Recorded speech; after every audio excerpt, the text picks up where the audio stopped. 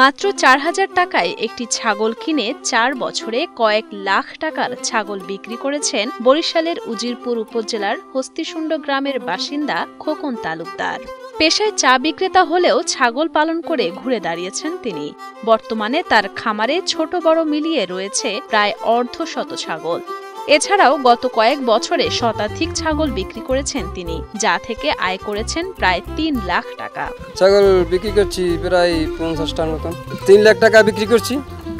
এখন যে বর্তমানে যে আমার হাতে যা আছে আরো ৫০টা টাকার নিম্নতম হলো ২.৫ লাখ টাকা দাম আছে। ৪ বছর আগে পাশের এলাকার এক ব্যক্তির কাছ থেকে অসুস্থ মৃতপ্রায় একটি ছাগল ৪,০০০ টাকা দিয়ে কেনেন খোকন। সেই ছাগল বাড়িতে নিয়ে আসলে পরিবার ও স্ত্রীর তোপের মুখেও পড়তে হয়েছিল তাকে, কিন্তু কে জানতো এখান থেকেই তার ভাগ্যের চাকা ঘুরে যাবে। একটা ছাগল আমি কিনি ৪,০০০ টাকা আমার চালান। ওই ৪,০০০ টাকা প্রথম যখন ওই ছাগলটা বাচ্চা দিয়েছে ২টো খাসি ছা হয়েছে, ৩ নম্বর যখন বাচ্চা দিয়েছে তখন 2টা মেছা হয়েছে।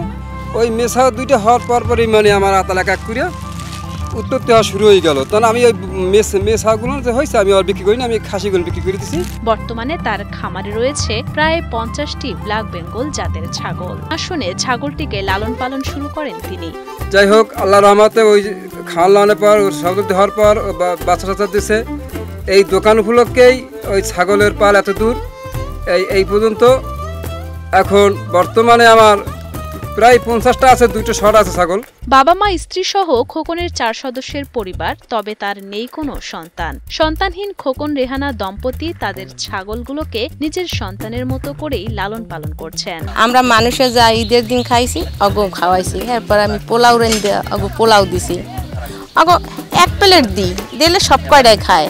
তারপর সেমাই রেঁধে দিয়েছি, লুডুস রেঁধে দিয়েছি, যা দিই আর সব খায়। এই ছাগলগুলোর রয়েছে আবার বাহারি নাম, কারো নাম লিডার, আবার কারো নাম সুন্দরী, কমান্ডার, শাবনুর ইত্যাদি। ওই যে লিডার, ওই লিডার অর্থ মানে পাড়া, ওই পাড়ার নাম লিডার। ওই লিডার কইলেও যেখানে থাক ও ছুটিয়া চলে আসবে। যেদিন ঝড় হয়েছে ঝড়ের দিন ওই বৃষ্টি হয়েছে, ওই জন্য আর নাম রাখছি বৃষ্টি। যখন বৃষ্টি তখন করে ওঠে। একটার নাম গোলাপি, একটার নাম কমলা, একটার নাম নায়না, ওই আমার চায়না, ওই সুন্দরী, এরপর ওই হয়েছে শাবনুর।